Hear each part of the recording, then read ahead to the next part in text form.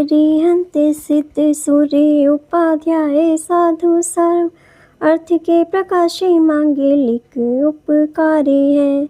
जिनको स्वरूप जान रागते भय जो भक्ति काय को न माए स्तुति उच्चारी है। धन्य धन्य तीन ही से काज आज भय कर जोड़ बार बार वंदना हमारी है। मंगल कल्याण सुख ऐसो हम चाहत हैं, हो मेरी ऐसी दशा जैसी तुम धारी है। हो मेरी ऐसी दशा जैसी तुम धारी है। हो मेरी ऐसी दशा जैसी तुम धारी है। जय जिनेंद्र। हमारे YouTube चैनल जिनमार्ग में आपका स्वागत है। हमारा पद्म पुराण ग्रंथ चल रहा है। आप सब ध्यान से इसको सुनिए और स्वाध्याय का लाभ लीजिए। अथांतर एक राजा की पुत्री श्री प्रभा लक्ष्मी सम्मान उससे रतन रथ ने विवाह किया। श्री प्रभा की अभिलाषा अनुधर की थी और रतन रथ से अनुधर का पूर्व जन्म का बैर तो था ही, पुनः नया बैर हुआ। वह अनुधर रतन रथ की पृथ्वी उजाड़ने लगा। तब रतन रथ और विचित्र रथ दोनों भाइयों ने अनुधर को युद्ध में जीत देश से निकाल दिया। देश से निकालने पर और पूर्व बैर के कारण महाक्रोध को प्राप्त होकर जटावकल का धारी तापसी हुआ। वह विषवर्ष समान कसाई रूप विष का भरा था एवं रथ व विचित्र रथ महातेजस्वी चिरकाल तक राज्य कर मुनिवन तप से स्वर्ग में देव हुए। महासुख भोग वहाँ से चयकर सिद्धार्थ नगर के राजा क्षेमकर, रानी विमला, उनके महासुंदर देशभूषण कुलभूषण नाम के 2 पुत्र हुए। वह दोनों भाई विद्या प्राप्त करने की योग्य अवस्था में भी घर पर ही क्रीड़ा करते रहते थे। उस समय एक सागर घोष नाम का पंडित अनेक देशों में भ्रमण करता हुआ आया। राजा ने उस पंडित को बहुत आदर से रखा और उन दोनों पुत्रों को पढ़ने के लिए उनके पास छोड़े। पुत्र महाविनयवान, उन्होंने संपूर्ण विद्याओं को एवं अनेक कलाओं को सीखा। दोनों राजकुमार केवल एक विद्या गुरु एवं विद्या को जानते थे, कुटुंब में और किसी को नहीं जानते थे। उनके एक विद्या अभ्यास का ही कार्य विद्या गुरु से अनेक विद्याएं सीखी। संपूर्ण कला में पारगामी होकर पिता के पास आए। पिता इनको महाविद्वान व सर्व कलाओं में निपुण देख प्रसन्न हुए। पंडित को मनवांछित दान दिया। यह कथा केवली भगवान श्री राम से कहते हैं। वह देशभूषण कुलभूषण हम हैं। हमने कुमार अवस्था में ही सुना कि पिता ने हमारे विवाह के लिए राजकन्याएं बुलवाई हैं। यह बात सुनकर परम विभूति सहित उन कन्याओं को देखने के लिए नगर से बाहर जाने के लिए चले। हमारी बहन कमलोत्सवा राजकुमारी महल के झरोखे में बैठी नगर की शोभा देख रही थी। हम विद्या के अभ्यासी कभी भी किसी को नहीं देखा, नहीं जाना। हम नहीं जानते कि यह हमारी बहन है। हमने उस कन्या को अपने लिए जान विकार रूप मन किया। दोनों भाइयों के मन चले। दोनों परस्पर में विचारते रहे कि इस राजकुमारी से मैं विवाह करूंगा। अगर दूसरा भाई विवाह करेगा तो उसे मैं मारूंगा। इस प्रकार दोनों भाइयों के मन में विकार रूप परिणाम एवं निर्दय के भाव उत्पन्न हुए। उसी समय बंदी जनों के मुख से ऐसा शब्द निकला कि राजा क्षेमकर, रानी विमला सहित जयवंत होवे। उनके दोनों पुत्र देवों समान और यह झरोखे में बैठी कमलोत्सवा इनकी बहन महागुणवती सरस्वती समान। दोनों वीर महागुणवान। ऐसी संतान महापुण्य अधिकारियों की ही होती है।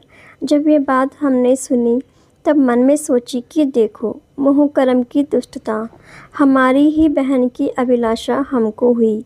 ये संसार असार महादुख का भरा। हाय हाय, ऐसे भाव हमारे क्यों हुए। पाप के योग से प्राणी नरक में जाते और महादुख भोगते हैं। ऐसा चिंतन करते ही वैराग्य उत्पन्न हुआ। तब माता पिता मोह से व्याकुल हुए, परंतु हमने सबसे ममत्व त्याग दिगंबर भेष धारण किया। आकाशगामिनी रिद्धि प्राप्त हुई। अनेक तीर्थों की वंदना की, अनेक क्षेत्रों में विहार किया।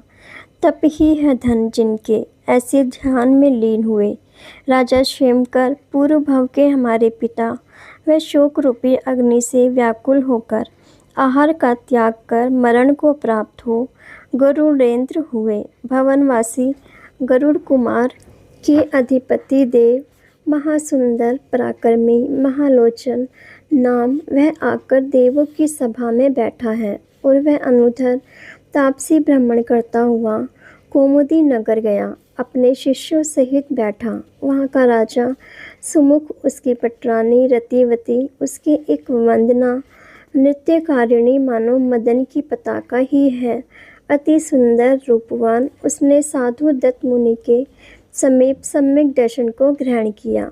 तब से कुगुरु कुदेव कुधर्म को तृणवत जानने लगी। उसको एक दिन राजा ने कहा, यह अनुधर तापसी महातप करता है। तब मंदना ने कहा, हे नाथ, अज्ञानी का क्या तप, लोक में पाखंड रूप है।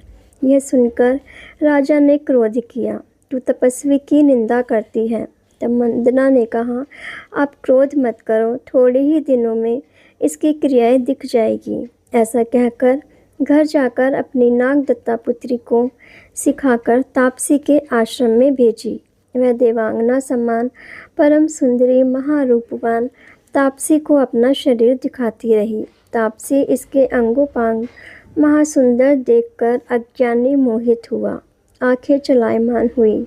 उसके शरीर पर नेत्र रुक गए और मन भी बंध गया। काम बाणों से तापसी पीड़ित हुआ। व्याकुल होकर देवांगना समान जो कन्या उसके पास आकर पूछता है, तू कौन है, कहाँ से आई है। संध्या काल में सभी ही छोटे बड़े सब अपने स्थान में रहते हैं, तू महारूपवान अकेली क्यों वन में भ्रमण कर रही है। तब वह कन्या मीठी वाणी से तापसी का मन हरती हुई दीनता के वचन बोली, हे नाथ, दयावान प्रतिपालक, आज मेरी माता ने मुझे घर से निकाल दी है, सो अब मैं तापसनी का भेष बनाकर आपके स्थान पर रहना चाहती हूँ। आप मेरे पर कृपा करो। रात दिन आपकी सेवा से मेरा ये लोक परलोक दोनों सुधर जाएगा। धर्म अर्थ काम, इसमें कौन सा पदार्थ है जो आपसे नहीं प्राप्त हो सकता। आप बुद्धिमान हो, मैंने पुण्य के योग से आपको पाया। इस प्रकार कन्या ने कहा। तब तापसी इसका मन अनुरागी जान काम से प्रज्वलित होकर बोला, हे सुंदरी, मैं क्या कृपा करूं, तू मेरे पर कृपा कर, प्रसन्न हो, मैं जन्म पर्यंत तेरी सेवा करूंगा। ऐसा कहकर हाथ पकड़ने को चला। तब कन्या अपने हाथ से मनाकर आदर सहित कहती है, हे नाथ, मैं कुमारी कन्या हूँ, ऐसा करना उचित नहीं। मेरे घर जाकर मेरी माता से पूछो, घर भी पास ही है। जैसे मेरे पर आपकी कृपा हुई, ऐसी मेरी माँ को प्रसन्न करो, यह तुमको देगी। तब आपकी जो इच्छा हो वह करना। तब इस कन्या के वचन सुन मूढ़ तापसी व्याकुल होकर तत्काल कन्या के साथ रात्रि में उसकी माता के पास आया। काम से व्याकुल है सब इंद्रियां उसकी। तब दोनों ने नित्यकारिणी के घर में प्रवेश किया। गौतम स्वामी राजा शैनिक से कहते हैं, हे राजन, कामी मनुष्य न स्पर्शे न सूंघे न देखे न सुने, न जाने न डरे और न ही लज्जा करते हैं। महामोह से निरंतर कष्ट को प्राप्त होते हैं। जैसे अंधा प्राणी सर्प के भरे कुएं में गिरता है, ऐसे कामांध जीव स्त्री के विषय रूपी विषय कूप में गिरते हैं। वह तापसी नित्यकारिणी के चरणों में लौटकर कन्या की याचना करता रहा। उसने तापसी को बांध कर रखा। राजा को समस्या थी, सो राजा ने आकर रात्रि में तापसी को बंधा देखा। प्रातःकाल तिरस्कार कर तापसी को निकाल दिया। वह तापसी अपमानित होकर लज्जा से महादुखी हो पृथ्वी पर भ्रमण कर मरा और अनेक योनियों में जन्म मरण कर कर्मों के योग से पुण्य दरिद्री के घर जन्म लिया। जब यह गर्भ में आया तभी इसकी माता ने पिता को क्रूर शब्द कहकर कलह किया। अतः पिता उदास होकर विदेश चला गया और बालक का जन्म हुआ। बालक अवस्था थी तब राजा ने भील देश के मनुष्य को बंदी बनाया। उसमें बालक की माता भी बंदी बनी। तब माता पिता रहित बालक अकेला दुखी हुआ। कुछ दिनों के बाद तापसी होकर अज्ञान तप से ज्योतिषी देवों में अग्नि पर्व नाम का देव हुआ। और एक समय अनंत वीर्य केवली को शिष्य ने पूछा, हे नाथ, मुनि सूरतनाथ भगवान के मोक्ष जाने के बाद आप केवली हुए, आपके समान संसार से तारने वाला दूसरा कौन होगा? तब केवली भगवान ने कहा, देशभूषण कुलभूषण मुनि होंगे। केवल ज्ञान और केवल दर्शन को धारण करने वाले जगत में सारभूत धर्मोपदेश सुनकर लोग संसार समुद्र से तिरेंगे। यह वचन अग्नि पर्व देव ने सुना और अपने स्थान गया। वह देव को अवधि से हमको इस पर्वत पर ध्यान करते जान अनंत वीर्य केवली के वचन मिथ्या करूँ ऐसे मान कषाय से पूर्व बैर के कारण उपसर्ग किया, सो आपको बलभद्र नारायण जान भय से भाग गया। हे राम, हे पद्मलोचन, आप चरम शरीरी तद्भाव मोक्षगामी बलभद्र हो और लक्ष्मण नारायण हैं। उन सहित आपने सेवा की और हमारे खात्या कर्मों के क्षय से केवल ज्ञान प्राप्त हुआ। इस प्रकार प्राणियों के बैर के कारण सर्व बैरानुबंध है, ऐसा जानकर जीवों के पूर्व भाव सुन, हे प्राणी, राग द्वेष छोड़ो। ऐसे महापवित्र केवली के वचन सुन देव, मनुष्य एवं असुरों ने बारंबार नमस्कार किया और संसार के दुखों से डरे। और गरुड़ेंद्र देव परम हर्षित होकर केवली के चरणों में नमस्कार कर महास्नेह की दृष्टि से रघुवंश में उद्बोध करने वाले श्री रामचंद्र जी को कहता है, हे राजन, आपने मुनियों की भक्ति की, सो मैं आप पर अति प्रसन्न हुआ। ये मुनि मेरे पूर्व भाव के पुत्र हैं, इसलिए जो आप मांगो वह मैं देता हूँ। तब श्री रघुनाथ एक क्षण विचार कर बोले, आप देवों के स्वामी हो, कभी हमारे पर संकट आए तो आप हमें याद कर हमारी रक्षा करना। साधुओं की सेवा के प्रभाव से यह फल पाया, जो आपके समान देवों से मिलन हुआ। तब गरुड़ेंद्र ने कहा, आपका वचन मैंने प्रमाण किया। जब तुम्हारा काम होगा तब मैं आपके निकट ही रहूँगा, आपके संकटों से मैं रक्षा करूँगा, ऐसा कहा। तब अनेक देव मेघ की ध्वनि समान बाजे बजाते रहे। साधुओं के पूर्व भाव सुन कोई मनुष्य मुनि बने, किसी ने श्रावक के व्रतों का पालन किया। वे देशभूषण कुलभूषण केवली जगत पूज्य, सब संसार के दुखों से रहित, नगर गांव पर्वत आदि सभी स्थानों में विहार करते और धर्म का उपदेश देते थे।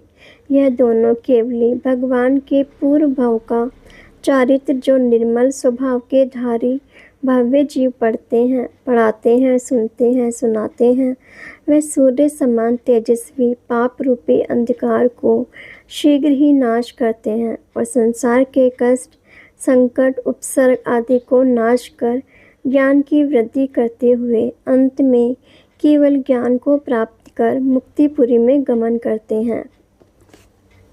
देशभूषण कुलभूषण केवली का चरित्र वर्णन करने वाला 39वां पर्व पूर्ण हुआ। पर्व 40 रामगिरी पर श्री रामचंद्र का पदार्पण।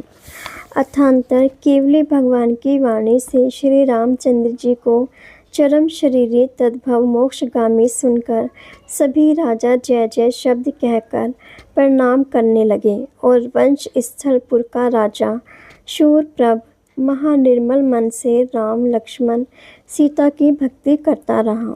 महल के शिखरों की ज्योति से उज्जवल हुआ है आकाश वहाँ, ऐसा जो नगर उसमें चलने की राजा ने प्रार्थना की, परंतु राम ने नहीं मानी। वंशगिरी के शिखर हिमाचल के शिखर समान सुंदर, वहाँ नलिनी वन में महारमणिक बड़ी शिला, यहाँ आकर हंस समान रामचंद्र जी बैठे।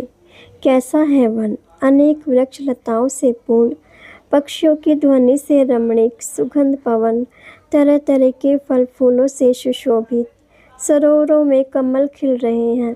अति सुंदर स्थान, सभी ऋतुओं की शोभा युक्त, मनोज्ञ भूमि, 5 वर्ण के रत्नों से शोभित। वहाँ कुंद, मोल, श्री, मालती, अशोक वृक्ष, नाग वृक्ष इत्यादि अनेक प्रकार के वृक्ष खिल रहे हैं। अब हम जगत के सभी जीव सुखी हो, इसी मंगल भावना के साथ यही विराम लेते हैं। कल हम इससे आगे का स्वाध्याय करेंगे। इससे आगे सुनने के लिए चैनल को सब्सक्राइब करें, लाइक करें और शेयर करें। जय जिनेंद्र।